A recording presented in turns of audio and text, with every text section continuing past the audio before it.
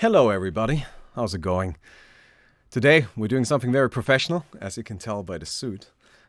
Today I'm doing the first development blog for Chroma, Blight, which is the new card game I'm working on. Now we're going to be doing one of these at the end of every month. That's the plan. The reason why I'm doing this is because I want to make sure you guys know what's going on with development, right? I want to keep you up to date and, maybe you can tell some friends about it. We'll see, right? But I've got a bunch of stuff to show you. What we're going to do today is going to be a little bit different from the development blogs going forward. Today, we're going to go through the pitch. So we have prepared a pitch for Chroma that we showed to potential publishers at the Gamescom.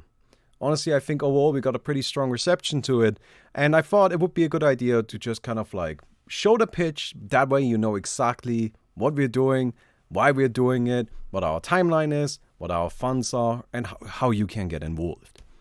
Now, usually at the Gamescom, we had a 30-minute restriction, sometimes less than that. So I kind of had to, cut some things out and, depending on who we were talking to, I adjusted the pitch. Today, I will not be doing that. Today, we're doing the full version. We're going through every single small detail. All right? Cool. If you have any questions during this, you can feel free to ask in chat. We've got Chives and Mickey in chat. They will be able to hopefully answer and then direct the interesting questions to me so I can then answer them on stream. That's the plan. All right. So let's go ahead and get started. Welcome to Chroma, Blight, a digital card game for PC and mobile. So that's the plan. We're planning to make this game for PC and mobile, cross-platform, meaning that you can start playing on your computer and continue playing on your phone, or you can start playing on your phone and continue playing on your computer, and you can play on your phone against people that are playing on their computer and the other way around. It says Gamescom 2019 down there. Should probably have removed that, but don't worry about that. If this pitch appeals to you, if you find it interesting, you can reach out to me at baumi@thinkingball.com, or you can find me on Twitter at Captain Baumi. The game itself does not have social media yet. We will get to that later. All right, so let's go ahead and go into the first slide. So why exactly are we making a digital card game? Well, it comes down to my belief that there are two missing pieces in the digital card game market right now. I believe there are two problems that exist that make digital card games as they are both worse for the developer and worse for the players. So the first one is that the business model of today's TCGs makes it unviable for the consumer to play competitively due to the extreme costs. These games are incredibly expensive. They are very, very, very expensive. Every single one of them. Even the ones that are praised as being the cheaper ones.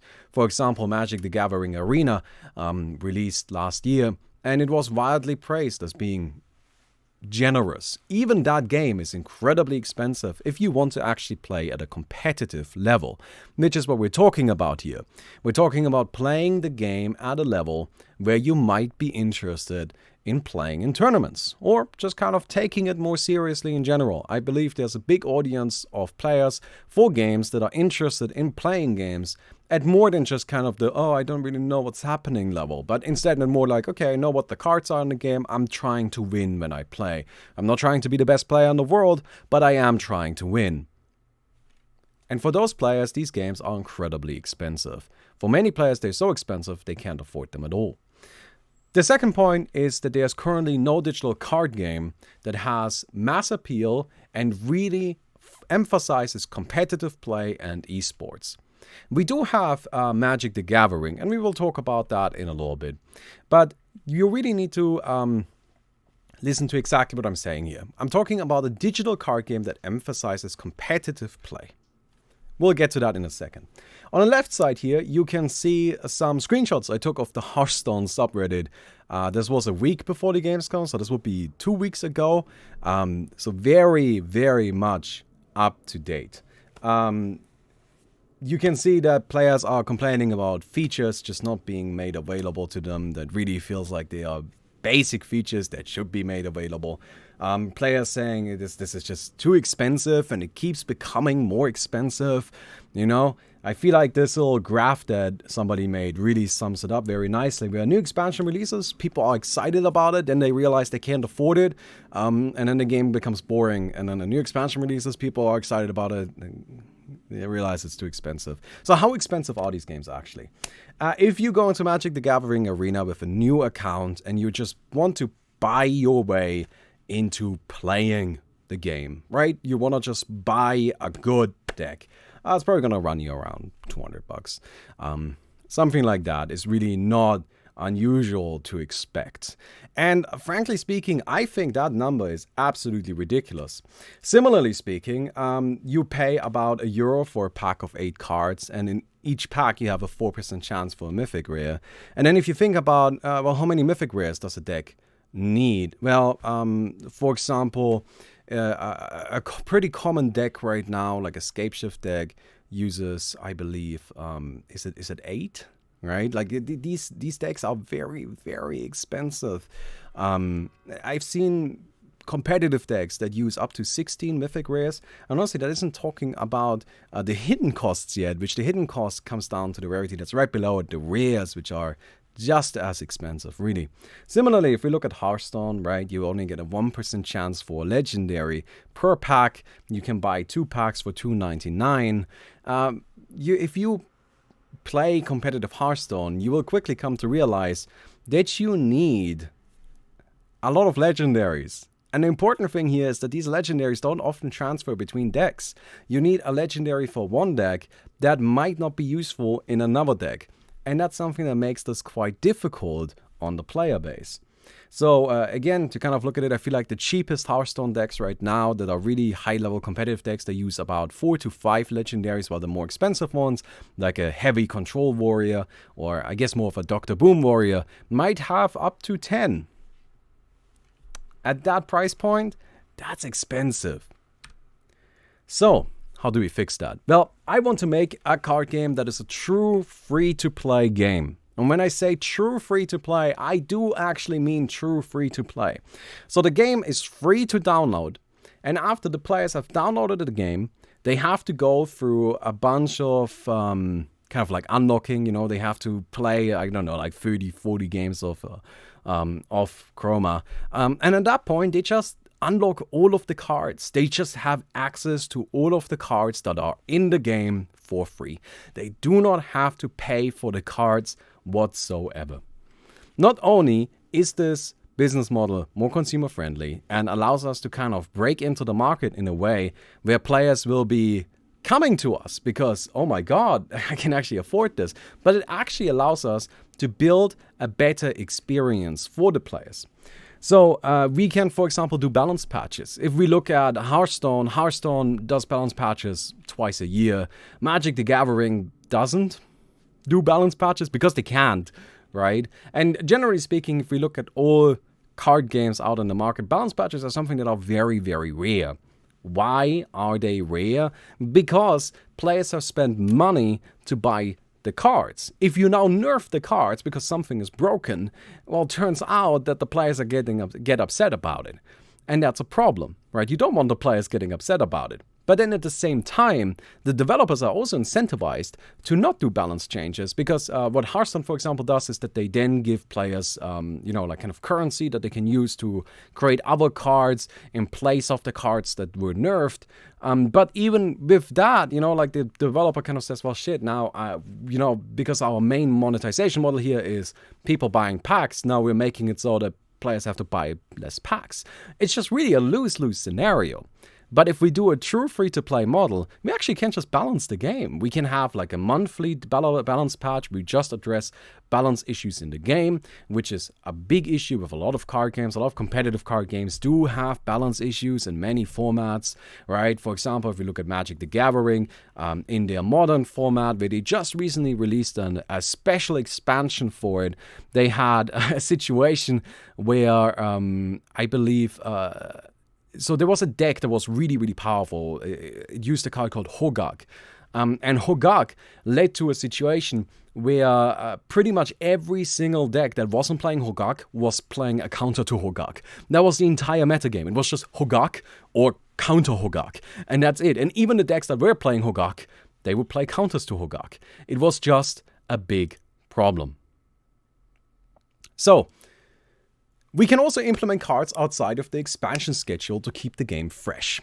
What this means is that currently, if you look at card games, what they do is they release a new expansion every 3 or 4 months, and that's great. But the problem is that in that way, all of the content is always released all at once. It just comes out in a huge batch. Then everybody plays with the content, goes crazy with the content. After they've done that, they get to a situation where, well, now that we have played with all of the content, we have figured it all out, now we're just kind of repeating it. And it starts becoming a little bit boring towards the end. I find oftentimes the last month in these expansion cycles tends to be a little bit dull because everything has been figured out. What we can do is we can actually implement cards outside of expansion cycles. This is something that's difficult for card games that charge for the individual cards, because where do you place the cards? Do you give them for free? You don't really want to do that. Do you put them in packs? But then people have to buy new packs again. Do you just force them to like somehow craft them? But then again, they have to pay for the cards that you just released. So people aren't going to be happy about that. But what we can do with this is we can actually just implement cards outside of the expansion cycle to keep the game fresh. And what I mean with that is we really don't release like large sets of expansions on top of the additional, like, on top of the normal expansion cycle, but instead we just release a card or maybe 2 cards. And by doing that once a month, it will become really, really interesting again and again and again, and it will just constantly stay fresh, especially if we make sure that the balance of the game is good, because we can make sure that the game is balanced. The next thing is that the game is very accessible to new players. I feel like that's just obvious. You know, people can actually play our game without having to spend a lot of money. I actually have a nice little graphic to show you for that really quick. But also, players can actually return to our game. If you play another card game and then you miss out on 1 or 2 expansions and then you return, well, you got like a $200 buy-in to play again. For a lot of players, that's just not an option. Instead, what they do is they leave. They don't come back. And that's a problem. These games have problems with players leaving and then never returning, even though they might want to, but they just can't afford to. That's a problem we won't have. So, if we have a look here, what we can do is we can position ourselves nice and center here. Right? So we are nice in the middle, because players are unable to switch between other games, mostly due to the sunk cost fallacy, right? Players have already invested time and money into the game, so now they're no longer, but you know, like I've already been spending so much time on Hearthstone or Shadowverse or Gwent or Arena or Eternal. I want to try these other games, but at the same time, I know that I need to invest an equal amount of time, and at that point, it becomes a full-time job, or it's just too expensive. And it's just not really worth it, because, you know, I gotta grind my daily quests to unlock cards, and if I don't have any cards, then I can just play with shitty decks that aren't any fun to play. What we can do is we can sit ourselves in the center here. Players will not be able to switch from their game to any other game, but by making our game truly free to play, players can switch to ours. They can try us. All of these players and all of these other card games are locked into their game. They can't go to any other game because it's just too much of an investment to do so. But that's not true for us. They can actually come to us. They can actually have a look at what we are doing. And I think that's going to lead to a situation where a lot of people will want to do exactly that.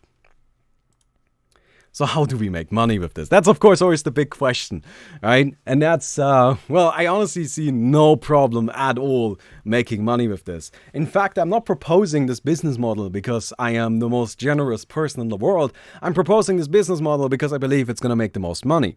How do we make money? Skins, cosmetics, it's all about cosmetics. So this right here will be a character we have in the game, you know, this is Quill. And Quill, let's say this is the base skin that everybody gets. You know, again, everybody has all of the cards, even when a new expansion releases, everybody gets all of the cards. So this right here would be Quill. Everybody has this one. It's fine, you have Quill. Well, for $3 in the store, you can buy yourself a different Quill. It's the same character, the same card. It's not any better, any stronger, but it's just got a little bit of a different pose on the artwork. You know, it's just kind of like maybe a little bit animated. Just a slight little modification, but you can kind of customize your deck a little bit that way. And then for $25. We put out this Quill Arcana, right? This incredibly expensive but super sick skin that has super nice refined artwork, maybe even a different art style. She's got, she's animated, she's got different particle effects, she's got different voice lines. There's so much we can do here to get players excited for it that I really just don't think it's going to be a problem at all. And these price points are not unrealistic. Other games that monetize games in a similar way, like Dota 2 or Fortnite, they really monetize things at the exact same price points and people buy them.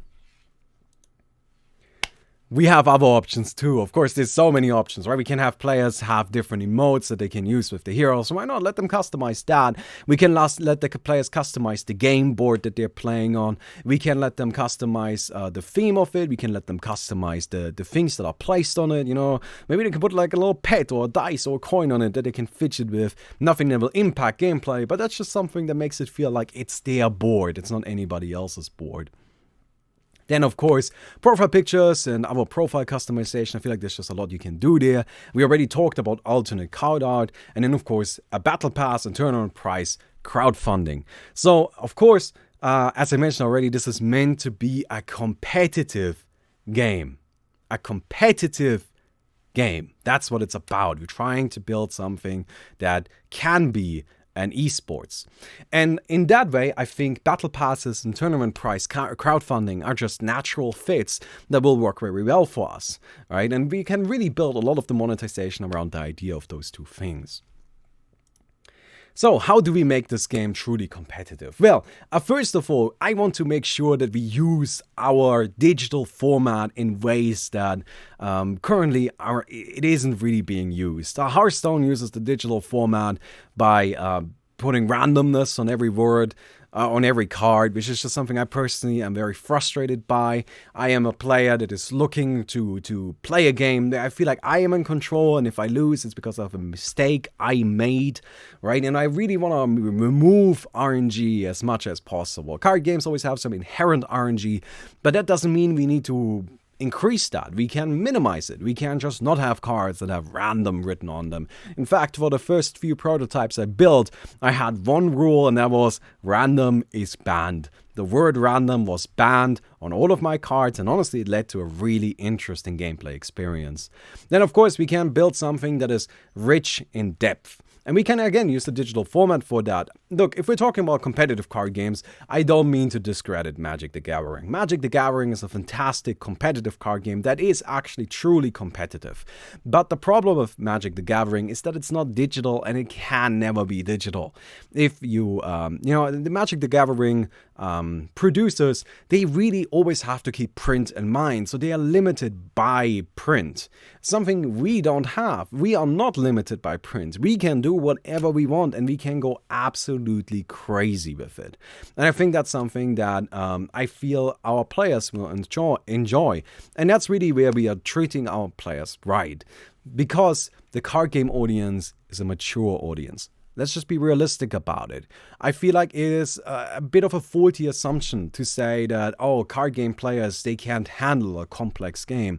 I think that's absolutely wrong. I believe people have been playing card games for 25 years. I believe many of us grew up playing card games that are a million times more complex than Hearthstone.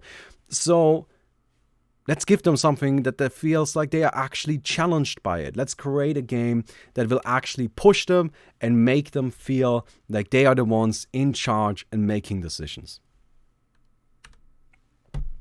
Competitive features. Well, tournament mode is a big one. We want to have an inbuilt tournament mode that allows you to easily host tournaments, share tournaments with our players, do all sorts of different tournament formats. Something that allows people to really just use the in-game features to actually play competitively. Then we want to offer intricate statistics, which is where my face is right now, but I'll just read it out to you. So intricate statistics, what decks perform well for you, how often have you played a specific deck. Players will not need to rely on third parties to provide detailed statistics. Currently, if I look at, other digital card games, most of the time to find intricate statistics on what decks are successful, what cards are successful, what decks were played in tournament, these kind of things, they need to go to third-party sites. You don't know if that information is reliable, you don't know if that information is good, It's something that I feel like we can address by just making it available to the players in the client. Similarly, we can make it easy for players to share decks and try out decks, something that I personally encounter a lot. This is a big problem that I personally face a ton. I will watch a stream for a card game. You know, most recent examples, I was watching Day 9 play Magic the Gathering Arena, and he was playing, I think, Hoagland's, what was it, Field of the Dead deck, whatever, Cavalier of Thorns, Field of the Dead, something like that is what it's called. And I thought the deck looked really cool. I really wanted to play it. So I went into Magic the Gathering, I got the deck list, imported it, realized I'm missing 20 mythics, and then just quit the game and didn't open it for 2 days. And it didn't result in me wanting to buy the cards, that experience. Instead, that experience resulted in me kind of, being mad at Magic the Gathering to a certain extent. Being mad is the wrong word. Being resentful, I think. Where really, I still look at that deck list that I've imported and I still want to play it, but I just can't. And frankly, looking at the deck list that I imported and can't play is actually one of the prime factors why I'm not willing to spend any more money on it. It's not even like I didn't spend any money on Magic the Gathering. I spent like $90 on it at this point, and I feel like I can't play any decks. Easy deck sharing is something that we have that will be exclusive to us, because people can actually make sure that after they receive a deck from a friend or from somebody, from a trusted personality, they can then actually go into the game and play it. And then lastly, we have official tournament support. We are going to make sure that we provide players with the infrastructure to have tournaments in the client, as I already mentioned, but then we're also going to use this infrastructure to host our own tournaments, and we're going to make sure that they are regular tournaments that the players can participate in. Those tournaments will have prize pools. Of course, we can make sure that those tournaments, that prize pool, it will also be crowdfunded for the bigger ones, and we can incentivize that kind of tournament play, that easy tournament play. So this is something that really we want to make sure that is emphasized from the very beginning, where my current plan is to have weekly tournaments that are official tournaments, but they're going to be pretty small, where every all of the players are kind of grouped into brackets of 16 single elimination. And then at the end of each month, we're going to have one major tournament. It's also automated, but instead of being grouped into 16 player brackets, we're going to group all of the players signing up to the tournaments in one massive bracket, and whoever wins the tournament gets a unique cosmetic. All right, I think that kind of stuff is going to be something that really appeals to the player base and really will get them engaged and continuing to play the game repeatedly. So what makes our game good? Now, this is where I will show you our current game build. Now, this is where, if we were in person, I would show you our gameplay prototype as well, which the gameplay prototype is, shows how the game is actually played. Our game build doesn't currently have any of our custom-made cards in it. The important thing to keep in mind here is I am open to showing the prototype, but not on stream, not on YouTube right now, because I just don't want that information out there yet. If you're interested in what I've talked about here, and you're interested in helping us create this product, then you can reach out to me, and I'm happy to show you the gameplay prototype. But for our game, I've kind of written down the 7 golden rules. This is what we are making, these are our golden rules for making this game. What are our golden rules? Well, first we want to embrace the digital nature. Then we want to, for our atmosphere and art, we want to make sure we have diversity. We want it to be welcoming and comfortable. But then also we want some mystery. It'd be a little bit bittersweet, a bit story driven. I feel like for the art style, we're not trying to have a very kind of gritty art style of, a lot of blood and violence. Not like that at all. In that regard, I do want it to be child friendly, but we are going for some more mature themes. Again, not in the way of, sexuality or violence, but instead more in the way of isolation, loneliness, a little bit of more of a somber approach that I think will lead to a very beautiful atmosphere. Then, no gimmicks, just good gameplay. Something that I feel a lot of card games and kind of turn-based games that were released try to do is they try to be like, hey, we are a card game, but here's the twist. There's no twist here. No gimmicks. We're just making a good game.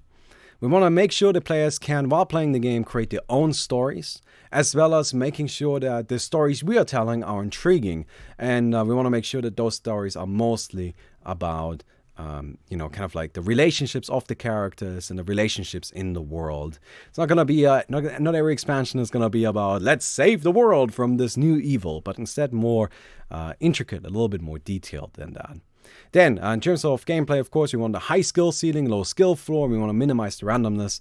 Then we want to make sure we have slick, fluid controls. The game should never slow the player down. That's something that I personally care a lot about. I want to make sure the game feels good to play at every step of the way.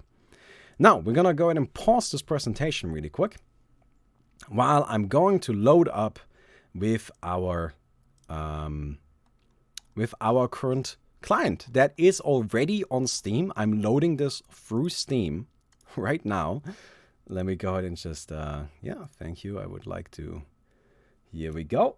Now I'm gonna really quick, let me jump in here, and then I'm going to, let me, okay.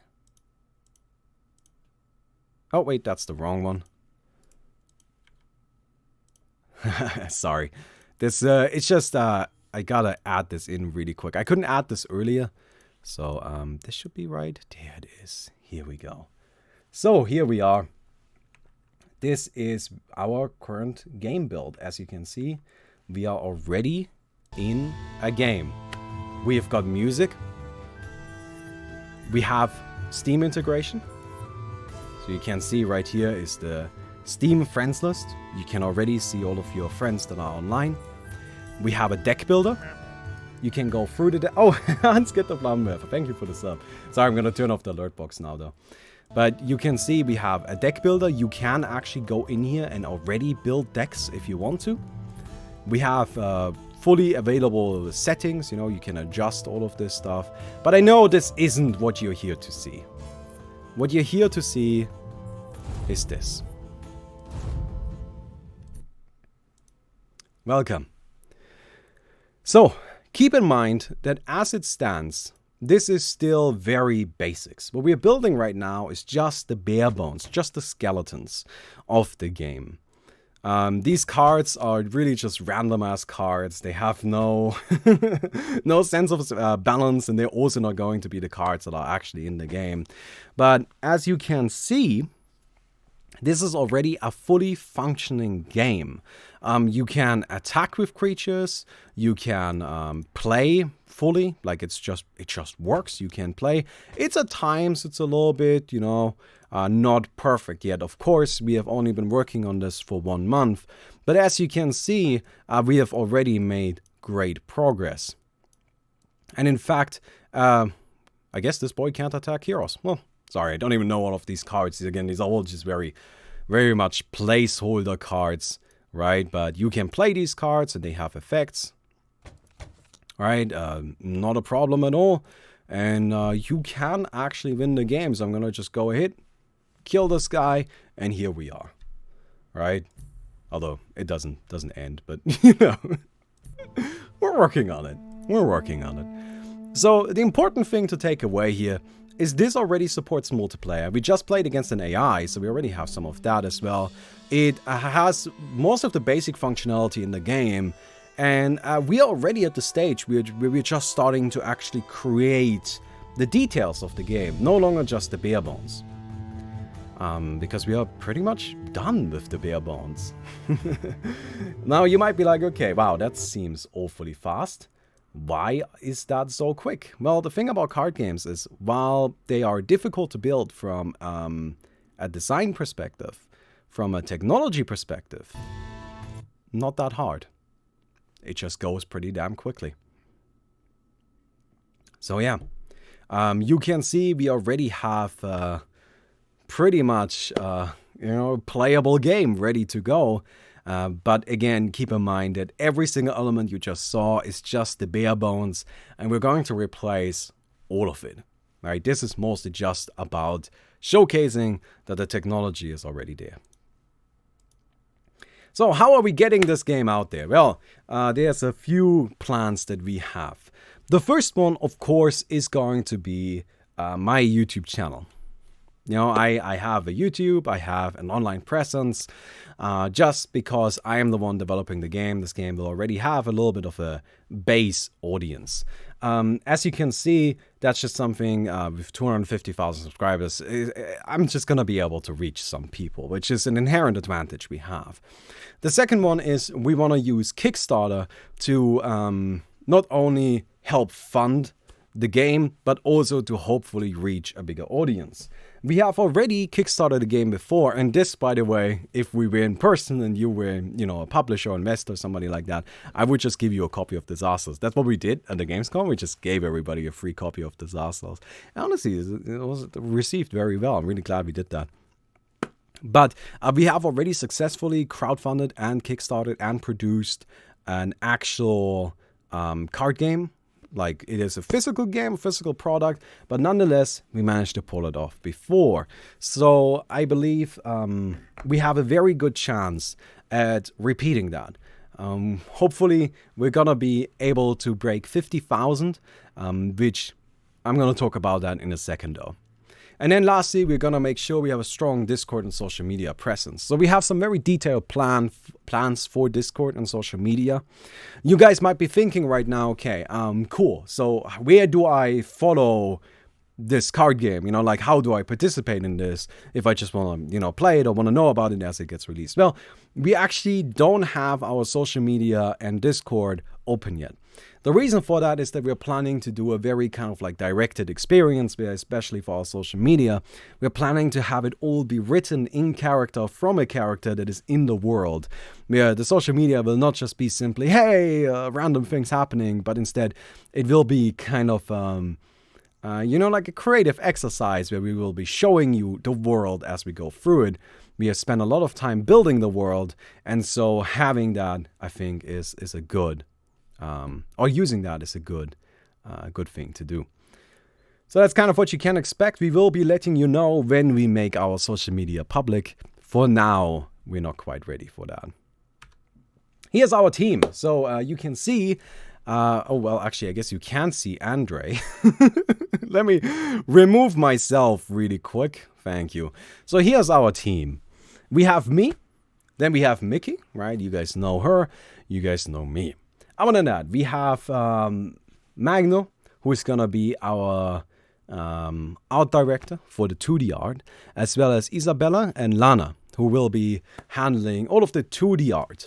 Now, the 2D art hasn't actually started yet. So far, over the past month, we've mostly been making sure that we have everything in place so that this September we can start working on the 2D art, on the 3D art that we're going to need, on the effects, so that everything is just constantly moving forward as quickly as possible. We have two developers. We've got Chives, we've got Ennio. Then we have a 3D art and effects artist who is going to be helping us, you know, build the board, make sure everything looks nice and pretty. And then when the cards are played, it feels like they have some real impact to them.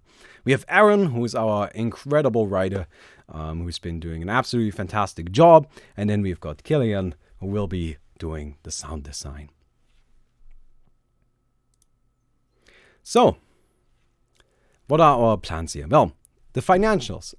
Currently, running this team costs $10,000 a month, which you might be like, wow, that is affordable. And yes, it is. I have streamlined this very efficiently, and I'm very happy with it. For the initial investment, I personally am actually putting in 70,000 euros. That, on top of the work that I'm putting in, which surely amounts in terms of monetary value to a number 40, I would guess, that will last us until February 2020, at which point we're going to do our Kickstarter. The Kickstarter will be taking place in February. That's the current plan. We might do it in March instead if, you know, like that turns out to be the better choice for us. But the plan right now is to do February. On the Kickstarter, we are asking for 50,000. That's the plan. We're going to ask for 50,000 euros, but we're really hoping for 100. 50,000, I believe, is very achievable. You have to keep in mind that for Disasters, which was a much smaller project on a much smaller scope with a much smaller team, we managed to raise 60,000. So it's definitely quite possible. So what would we do with additional investments? Well, we're of course always looking for more money. What will more money let us do? The first one is, of course, flexibility. In game development, in case you aren't familiar with it, but game development is something where it's always good to just have a little bit of flexibility where you can kind of, just kind of like be a little bit flexible in what you're doing. I guess that's really just the only way to sum that up. Then additional game content. So I wrote down a single player mode here, right? I think having a single player mode would be fantastic. What I'm envisioning is very much like a roguelite. I don't want to just say Slay the Spire. What I'm envisioning is really a lot closer to Slay the Spire and Dungeon Run, like a combination of the two. But really something that is repeatably playable over and over again, so people can even play our game when they're offline, when they're on their phone, I don't know, on the train, in the tunnel, you know what I mean? Like sometimes you just don't have internet or not reliable internet. And I don't think that's a reason for players to not play our game. Then, of course, advertisement is something we're going to need help with. It's actually something I personally don't have very much experience with, and that's just kind of something I'm actually looking for a partner, but we'll get to that in a second. Another thing that, of course, with additional investments, we can just kind of like a few aspects of the game where we can kind of like increase the quality. For example, currently our music, which we're going to have music, that's of course going to be a thing, but it's not going to be orchestricized. And I think it would be nice to be able to do that. And then, of course, more money means more and better voice acting. It means just generally more of everything. We can do more art, better art, and so on. So, yeah, let's go ahead and talk about what are we looking for from people. Now, this kind of goes out just in general to everybody. So, we're looking for advertising and publishing. Of course, a game like I just described it requires a large player base to really be something that is sustainable. Now, I believe that the product we are making will be good enough to actually retain the player base. And I think as long as people know about our product is consumer-friendly enough, that players will want to play it. But, of course, the problem is always letting people know about it. That's the difficult part. And so, having advertising, having publishing help would be something that really kind of makes everything a lot safer for us and a lot more possible. I think it's a very safe bet that this game can succeed and will succeed as long as people just know about it. And then, of course, funding. If anybody is interested in pitching into the funding. So with an additional 120,000 euros, I think we will have enough money for everything. That's just going to be all we need. We are going to still do the Kickstarter. So that is that's excluding the Kickstarter. But I think with that, we can make sure we have a beautiful soundtrack. We have single player. We have voice acting. We have beautiful art. We can do many, many different things. Like I want to kind of implement some social elements if at all possible. And I don't mean like Facebook. That's not what I mean. I have something in mind that I think a lot of you would find very enjoyable, but I don't want to spoil it. So I'm just gonna leave it at that. All right. But that's also something that just would require a little bit more time. And then also something that would be helpful is having some additional game designers. Currently, I'm kind of fighting on my own. I'm really proud of my team. I think my team has I don't know how to call it, like designer brain, I guess, right? Like they're all kind of involved. They've all played card games before. They kind of know what they're doing a little bit, and they seem like people where I can talk to them and then get feedback on what we're doing with the cards, and they have some opinions themselves as well, which is always good. But of course, having some additional professional help wouldn't be too bad. But I believe with 120,000, we can easily and safely release in 2020. And also, very importantly, I am accepting funding or like kind of like investment even at a lower level. So as I showed before, the cost of running this is 10,000 per month. So that's really like the really nice sweet spot number for me personally.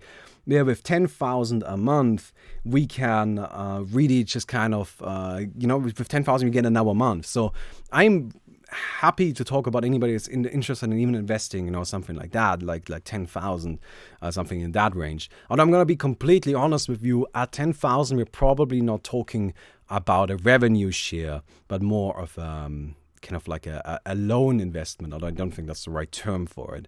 Anyway, but it's something that we can definitely discuss. If anybody's interested, I am open. Please reach out to me. Where can you find me? You can find me on Twitter at Captain Balmy. You can find me on Instagram. Don't send me investment stuff there though. If you have interest in this, please send me an email at to balmy@thinkingbottle.com.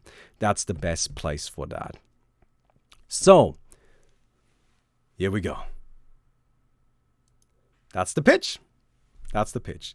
I hope that sounds good and appealing to you. Now we've got $100 in game for a voice pack where Balmy voices every card himself. There will definitely be some cards that I will be voicing for sure. So we have some questions that we are asked. I want to go ahead and go through them really quick. So, hey Balmy, if all cards are free, don't you worry. In the end, everyone will end up with the same deck. And then the game will get boring as everyone just has the same deck. Well, that would be a problem with a normal card game where people are paying for the cards and so they can't balance them. What you're describing isn't a design problem. What you're describing is a balance problem. And since we have the ability to actually balance the game, I don't think it will be a problem. Right? All we have to do is just make sure the game isn't terribly balanced and we're going to be good. Then, net decking has been a continuous issue in card game communities where originality is protected by players who spend time creating intricate things. It's a derogatory act copying. How does Chroma plan to address this, if at all? I think you're wrong. Sorry. I don't think net decking is an issue. I think net decking is a reality. It's the kind of thing where completely independent from whether or not you agree, you think net decking is a good thing or net decking is a bad thing. By the way, in case you aren't familiar with net decking, what net decking is people, just Googling what a good deck is and then playing that. But the thing is that net decking to me is something that will happen no matter what. You cannot prevent it. It's not possible because what you're saying there is I don't want players talking to each other, which is the opposite of what I want. I want people to talk to each other. That's fun. I want people to be happy to share their decks. So I don't think net decking is a problem at all. I think net decking is a reality.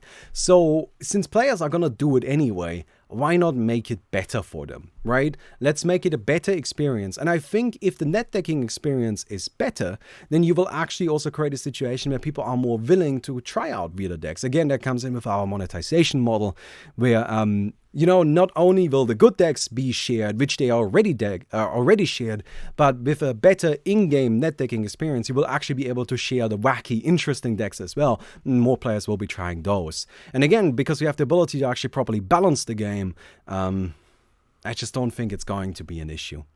So it also really seems like you are very much aggressively against net decking, which I find a little bit weird. But yeah. So, anyway, that's the basics of the pitch.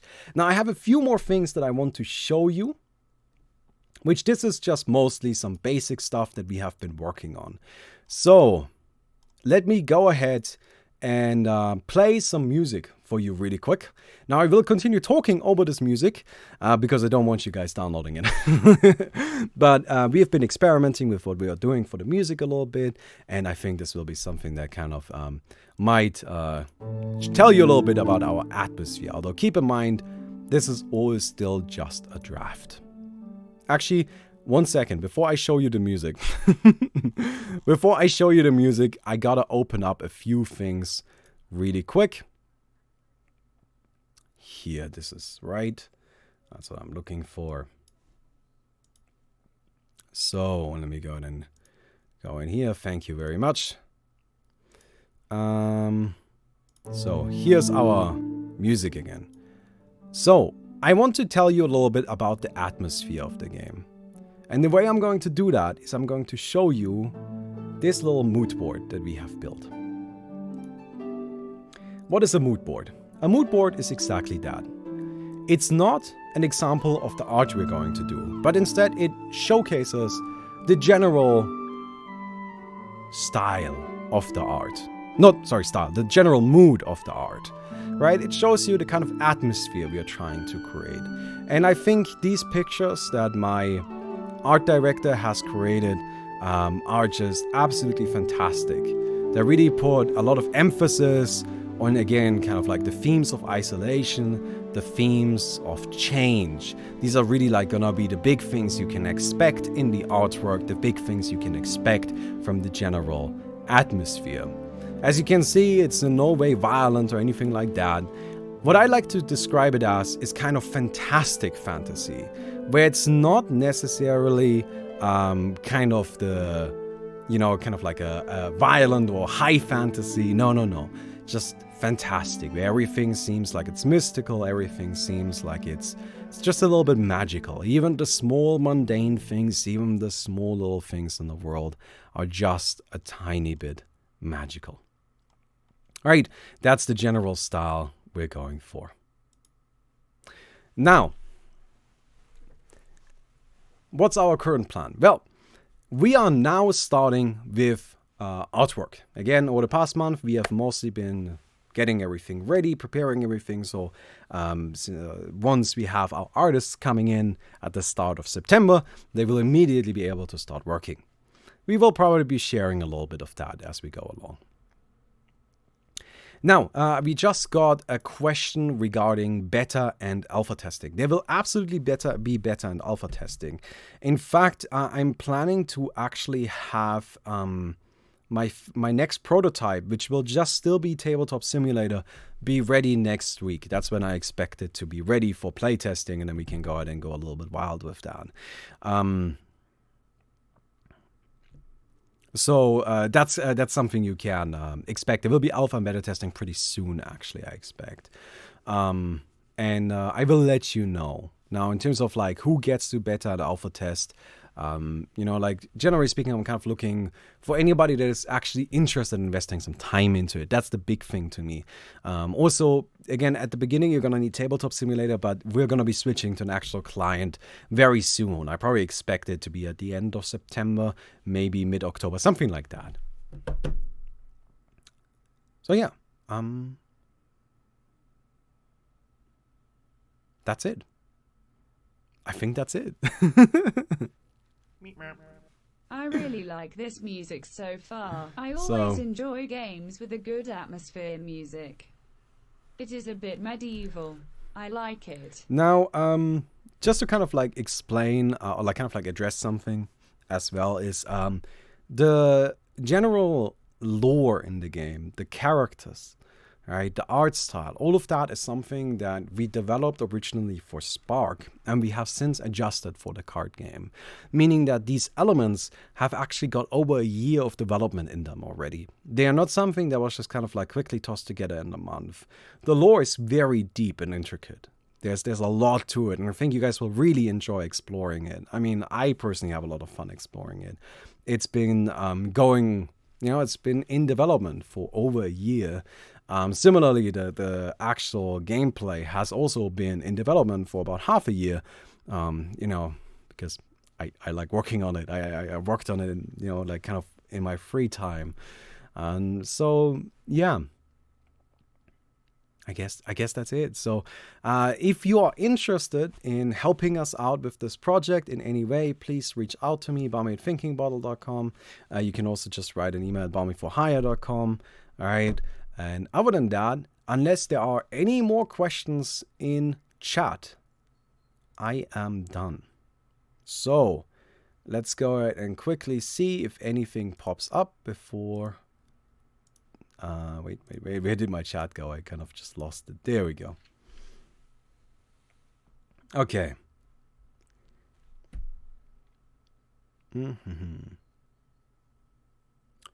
Just kind of waiting. No, nothing. Nothing so far. All right. Well, I guess we're just gonna go ahead and end it at that. If you have any more questions when you're interested in investment again, then just email me. That's really the place to go. And as I mentioned, I'm also okay with like, doesn't have to be like massive. It's just like smaller stuff is also totally fine. And if that's not something you're interested in, please continue following the project and please be there for the Kickstarter. That's where we're really gonna need your help. All right. Have a good day, everybody.